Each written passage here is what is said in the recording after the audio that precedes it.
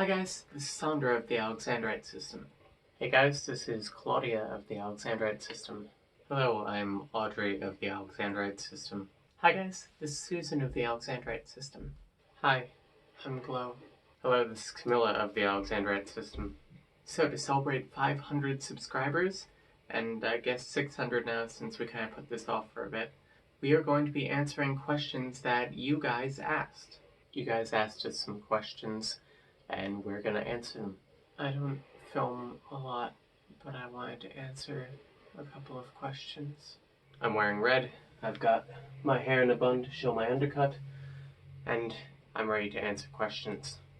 How are you all? I'm fine, thanks. How are you? I'm doing okay. I'm getting kind of excited for my birthday, and I do hope that things are going to be better by then. But even if they're not, I found out a kind of workaround or a compromise to what I wanted my birthday party to be. I'm doing okay for the first time in a long time. I still have a lot of healing to do from trauma, and I haven't done that much work on it, but I've gotten to a point where I feel stable enough to try. I'm okay. Things are on and off at home. We are trying to save up to get a house, which is interesting. We're actually seriously looking now, which is very cool. So that's keeping me going. I have been fine. I have been out of touch lately, but I have been fine. I'm doing fine. I've been taking care of myself these last few weeks, and I've been trying to do some new things. We're starting to get to the winding down of what I feel I can enjoy of a vacation from work, so I do believe I'll start working on our resume soon, and that we're going to try to look for a new job soon, but I've been doing well. I have appreciated the time a lot. What's everyone's favorite season/holiday? I like summer because it's warm and my birthday's in it. I like summer, even though I tend to wear a lot of black. I like summer because it's warm, even if the sun hurts my eyes. I like fall, early fall specifically, that sort of late September to mid-October kind of range. It just starts to cool down and it starts being bearably warm again. My favorite season is summer, and my favorite holiday is Gifting Day, paradoxically. I like spring. I find the early flowers very comforting. What are everyone's thoughts on coleslaw? Bug, why did you ask us this? I haven't had it, but it looks gross. I don't like coleslaw. I don't like food. I haven't had coleslaw, it sounds gross. It's fucking gross. And I hate most food, to be honest, but it's fucking gross. I have not had it, so I have no opinion. Is there a favorite plushie? I do have a favorite plushie. I bought this dog in 2012. He's been very well loved. He used to be a lot fluffier, but he's been squished and drooled on for 8 years. So he's not so fluffy anymore, but he's still nice. How do you deal with body dysphoria? Not trans related, just this is not my face, I can't look in the mirror right now. So I deal with that a lot, and it's really hard. The thing I've found helps a lot is to sort of make the body your own. I did that through experimenting with clothes and stuff. It's brought me closer to the body and made me feel more like it's my own, or even if it's not my body, it's something that I have and that I can decorate. Face thing is still hard. I'm not sure. Maybe playing with makeup or something. Also, not looking in the mirror sometimes is okay. You don't have to look at your face all the time. What are 3 things that make you truly happy? Mads makes me truly happy. So does music and, I don't know, nice weather.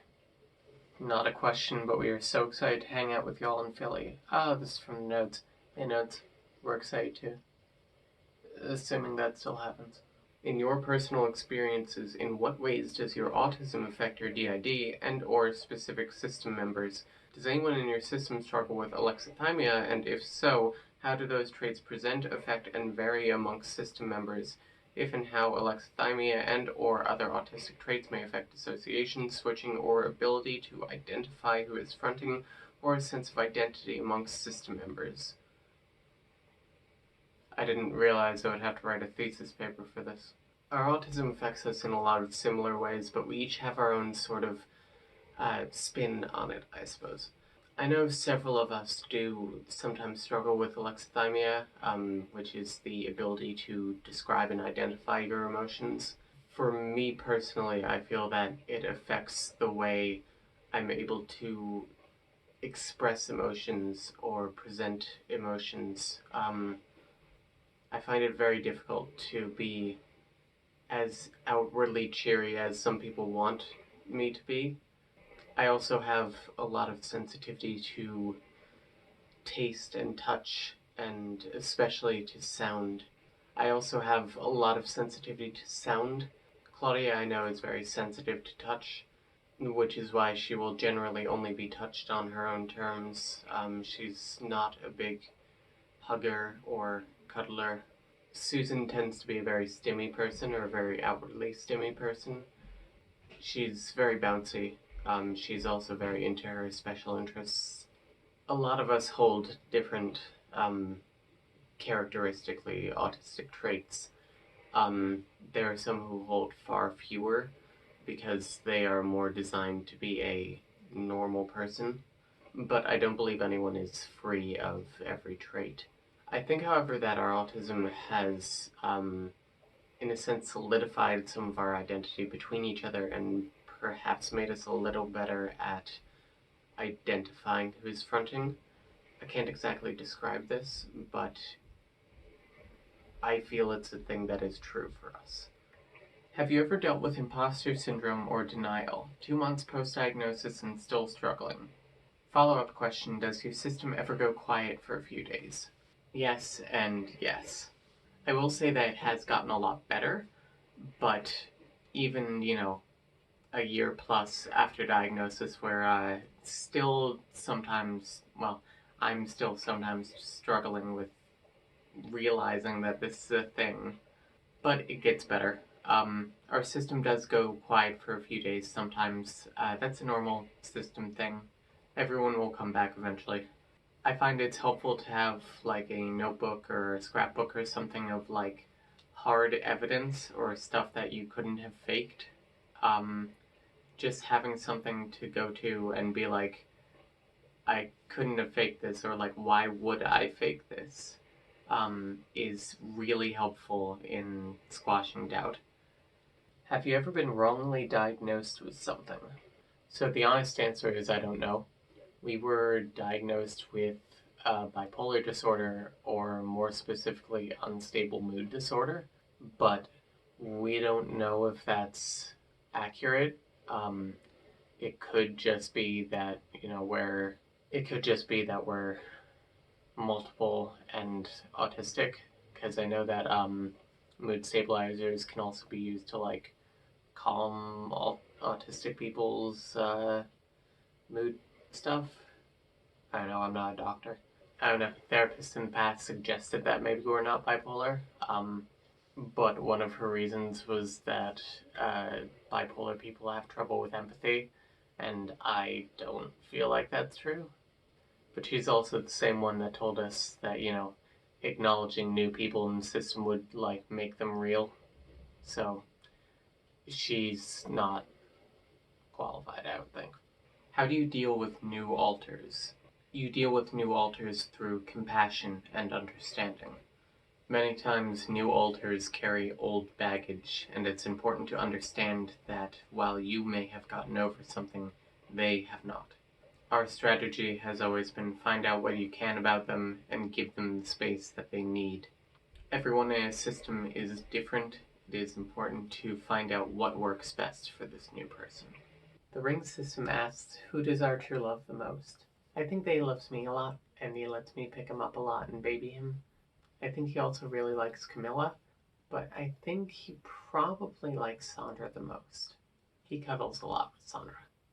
Oh, Sandra saved me the work question. How many of you are able to work your job? Does it mostly fall to one, with another one or two coming out for specific responsibilities, or for days when the main worker is not feeling up to it, etc.? Do you work full-time, and how do you handle all that? So we were able to work full-time. We still are, but we are out of a job right now. Work mostly fell to myself, Claudia, and Sandra. We are people who confront for long periods of time, so it is easy to split it up between us. I took care of all of the hiring and the office work. Sandra and Claudia did a lot of the more customer service aspects and a lot more of the interpersonal employee dealings, especially Claudia when discipline was needed, though I did step in a few times to take care of that when I felt it. Does it make me a traitor to the proletariat to say that sometimes discipline was personally satisfying with specific employees? Perhaps. Do you have any tips for strengthening inner world visualization or inter-alter communication? We don't have very many tips for strengthening communication, but journaling could help that. Sometimes just being aware of what people are doing while they're out, or the act of writing it down, can help you remember better, can help your brain more want to be co-con with that person and share those memories. For inner world visualization, the best tip that we've found has been to do grounding in the inner world. A grounding tip that we use is to name 5 things that you can see, 4 things that you can hear, 3 things that you can touch, and 2 things that you can smell. And it sort of gets all of your senses back into reality. But you can also use that the opposite way, where you dissociate more in the real world and in the body, but you're more grounded inside. What is the best way to improve communication between alters, especially between one that's fronting and one still in headspace rather than co-con? I find that writing notes or journaling can be helpful with going back and forth. Also, just taking time to check in internally every day, even if you're just shouting into the back. Even if nobody responds, they might still be listening, or maybe they are responding but you just can't hear them. All it takes really is practice. Do you switch more now than before you knew you had DID? To a degree, yeah. We switch more consciously now, and we're also just more aware of it. Like, when a switch happens unintentionally, we tend to know more. I think all of us have gotten better at knowing what it feels like when we are fronting as opposed to someone else. What is your funniest DID-related memory? I think my favorite funny memory to tell is I was getting ready for bed, and I was brushing my teeth, and I had this intrusive thought that said, "I'm tired of being a cat." And I stopped and I was like, why did I think that I'm tired of being a cat? Then I went, oh yeah, DID. I sent back, like, okay, you don't have to be a cat if you don't want to. I don't think I ever heard from them again. I think the funniest DID memories are ones where it's like, well, that was weird. Let's continue with our day. Is your current living situation something desirable, or are you and the Soxes working towards moving away for privacy or other reasons? It is not desirable, and we are looking to move away within the year, ideally within 3 to 4 months. Updates will come on that when it is more solidified. Of course, not many details will be presented for our own safety, but we do like to share general big life things with you all. The general announcement will be something along the lines of, hello, we got a house. But we are seeking our own residence for privacy reasons and for sake of Safety and comfort. How do you prepare when you find that both systems will have children fronting? Do you ever arrange playtime for them? At times we do, yes. Most notably with Susan and her friends. Anything with anyone younger than that tends to be a bit more spontaneous, but we do try and make sure that the children spend time together if they would like. I'm new to your channel, so I'm sorry if you've answered this in the past, but do you have any littles in your system? I was recently diagnosed as OSTD1B, but don't have any littles I'm aware of, and it's making me question our diagnosis. So yes, we do. I don't count myself as a little. I'm 12, turning 13, but we have Sunny and Lexi who are 6 and 10. I think it's important to know that not every system has littles. Not every system is the same. They're something that's common, but it's not something that is mandatory. And like you said, you might just not be aware of them. So keep your mental eyes and ears open, but it's not something that's a big deal if you don't have them. What about DID impacts you the most, both negatively and positively, and what has brought you the most healing? Negatively, I think it's made us more aware of how fucked up some shit in our life has been. Another big negative is having, another thing that we have to be wary of telling people about. I guess my positive and my most healing kind of tie in together, because the thing that's been most healing for me has been just getting to know myself as, myself, It's given me a new understanding of who I am and what I like. And I don't think I would have gotten that, or at least gotten it in the same way, if we hadn't found out about the system. How does the host tell the difference between the fronting alters given the lack of amnesia? So 1B systems do have a lack of, complete amnesia, but some do still have some amnesia, or they have what's called emotional amnesia. I think the best way to give an example of this is to say, something horrible happened to you, as a collective, and you can remember it, but you can talk about it frankly without feeling anything about it, because someone else in the system holds the emotions of that memory. So sometimes just trying to latch on to a specific emotional memory can help. Also doing some basic grounding to figure out, what colors do I like, what foods do I like, what's my gender, that sort of thing, can be really helpful in narrowing down who it can be. And after a while, you just sort of learn what people feel like. And I think the easiest way to tell if you're not the one fronting is if you try and do something and your body doesn't do it. That's usually how I know. I've always been curious about how artistic systems are. Have you noticed? Do you think my interpretation is skewed because I only know about the systems I've met online? It seems like a very real thing. Yes, I have noticed this. Systems do tend to be fairly artistic. I believe some of it has to do with the brain needing to make up other people for your protection. I also feel that people who dissociate a lot tend to live in their own little world, literally or not, with regards to inner worlds. But I feel like having access, at least to some degree, to all of this extra stuff going on behind the scenes in your brain makes it easier to be more invested in creative hobbies, if that makes sense. Basically, I think that systems are creative because your brain has to be creative to come up with some of this. After all, this is sort of a creative solution to trauma. How can you tell when a little is fronting versus when you age slide? Personally, I'm having a hard time determining if I have a little or not, since she likes the body's name, and that is the one I, the host, go by already. Unfortunately, I have no real answers for this. That's an idea that we struggle with too. I'm going to be honest, I'm not sure if any of us age slide. The only one who might age slide is me, and even now we're trying to figure out if I'm actually age sliding or if there is someone who is smaller who thinks that they're me. So I would just try and figure out if you still feel like you when you've age slid.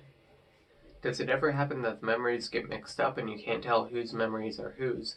Would this just be because of co-consciousness or co-fronting? Because we're a 1B system, that shit gets kind of blurry. While some of us do have like actual amnesia about certain events, some of us just have emotional amnesia. So like a lot of us will share that memory, but maybe only one or two of us actually hold like the emotional part of that memory. I find this happens more with memories from our past, where we just don't know who was around for that. And that's probably just because either the system has changed so much since then, or because we haven't found everyone yet and maybe someone else holds those memories specifically. How do you deal with not being in control when someone else fronts? I am the host and I have this constant fear of not having control of my life because in reality, we have to share this life. And I know I should let the other alters front, but I think it's because of this fear that I'm nearly always front stuck. I want to be able to accept it and to trust them, but I can't.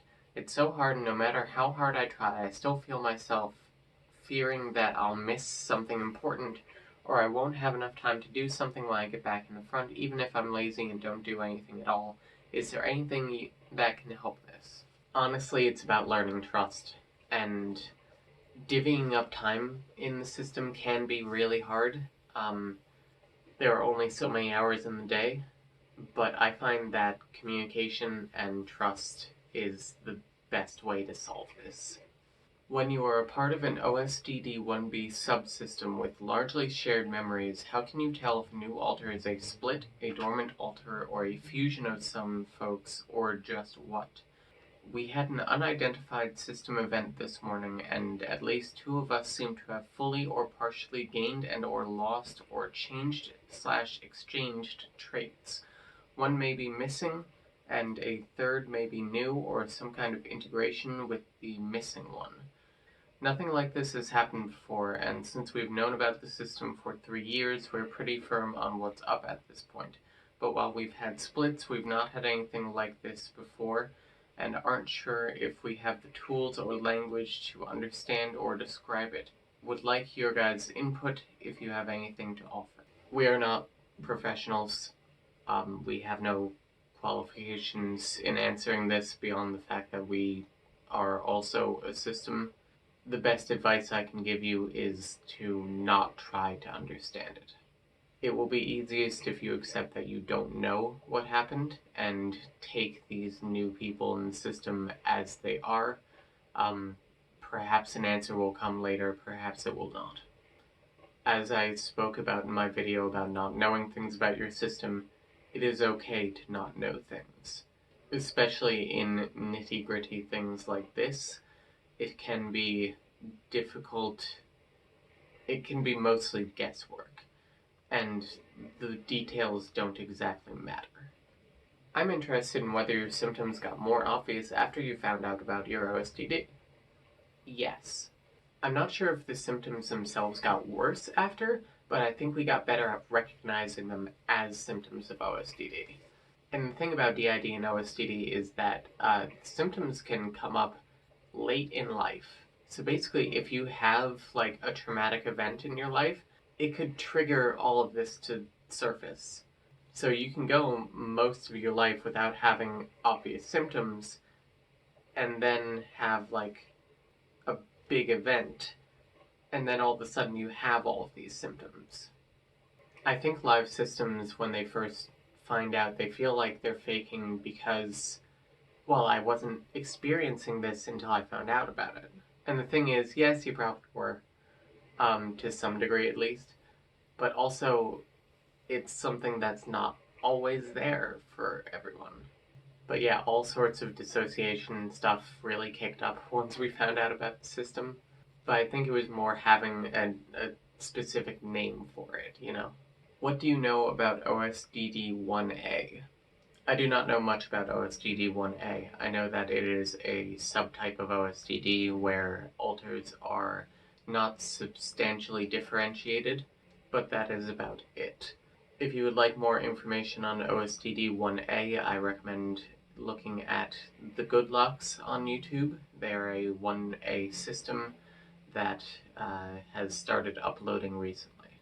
I believe they might be under the TGL system. How does your system manage intersectionality? What challenges do you face, and how do you overcome them? So, in addition to being a system, we're also gay and trans, and we're also autistic. These three things are pretty common for systems, and we face a lot of challenges because of that. We've talked about this on the channel before, but if we ever wanted like specific gender-related surgeries, we basically don't feel like we could talk openly about having DID. And I mean, with adopting and buying a house, I mean, we're already kind of fighting an uphill battle if we want to do that as a trans person or, you know, being in a queer relationship. So it's like, in a sense, having DID doesn't hurt that too much more, I don't feel, but it doesn't help. I don't know how we overcome them. We overcome them through toppling existing systems of, you know, ableism and queerphobia, and I think one day we'll get there, but I don't know if it's going to be anytime soon. Though, I don't know. I think that social movements can surprise you. I was listening to this video game podcast back in like 2012, and they had an episode about trans people in video games. And towards the end, they asked the people they were interviewing if they could see within 10 years there being video games with openly trans characters. And I think all 5 people they asked said no. But even just 2 years later, Dragon Age Inquisition had an openly trans character. A trans man, no less. I feel that's even rarer in trans representation. So I don't know. The Redwoods last year said that they felt we were on like the precipice of a plural multiple movement. And at the time I was like, you know, sure, whatever. But it's kind of popping off a little bit. Like just a little. So I don't know. That's how I feel. Do you ever experience situations where a few alters are co-con and can't agree on anything and make it difficult to enjoy what you're doing? For example, not liking hobbies, not liking a video game, etc. We experience this a lot. For every one thing the fronting alter wants to do, there's 2 or 3 alters nearby who can't seem to stand it. We've tried what we can to work together, but usually ends in frustration and or dissociation. Boundaries are important. You are all allowed to like your individual things and do your individual things, and the others in your system have to respect that. If it is not hurting the body, and it is not hurting anyone else, who cares? I think designating specific times that people can do things, or, you know, asking, hey, can I do this at this time, can really help set boundaries as well. To be like, hey, I would like an hour or 2 to do this thing. Can we do this at some point this week or some point today? And I think being flexible in both directions is important. Expecting flexibility from everyone else and also giving that same flexibility. I'm sorry that you don't like each other's hobbies, but you all have a right to your own hobbies, and you should all respect that for each other. Do you ever have trouble telling who's fronting or confuse some alters for others? Yes. I think especially with 1B systems it can be difficult to tell who's fronting because there is no distinct memory loss, and that is apart from things like passive influence.